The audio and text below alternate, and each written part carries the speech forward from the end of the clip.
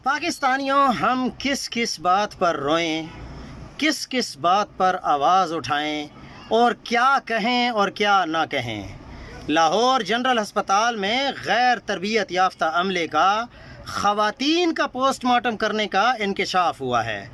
एक वीडियो भी आई है जिसमें 4 मर्दों को पोस्टमार्टम करते देखा जा सकता है।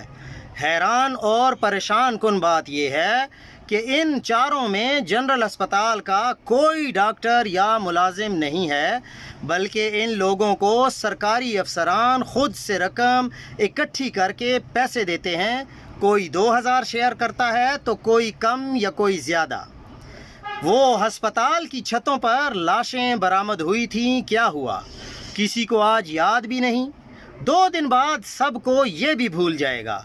रही इंसाफ मिलने की बात तो अदल भंग पी कर सो रहा है।